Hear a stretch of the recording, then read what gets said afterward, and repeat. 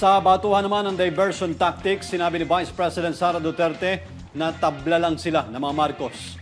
Kung pinapalabas umano ng Administrasyong Marcos na squid tactics ang ginagawa niyang pasabog ng mga pahayag sa gitna ng OVP budget probe ng Kamara, well, it's a tie. Ang sagot dyan ng Vice Presidente. Siya naman umano ang ginagamit ni Marcos para pagtakpan ang mga kapalpakan at ilihis ang atensyon ng mga tao tungkol sa lumalalang kahirapan, mahal na bilihin at kawalan ng mga Pilipino. Tatay. Kasi ang ginagawa nila is a diversion from the nothingness that is this country is undergoing. This ginagawa nila is a diversion sa kagutuman, sa kahirapan, sa taas ng presyo, at sa kawalan ng mga Pilipino.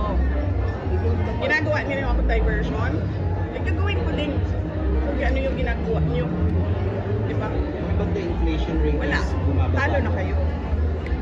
Wala na. Kahit na anong gagawin nyo, talo na kayo. Sa nangyayaring sagutan na magkabilang panig, malaking kwestiyon kung may pag-asa bang magkasundong muli ang mga Marcos at mga Duterte gaya ng wini-wish ni Senator Coco Pimentel.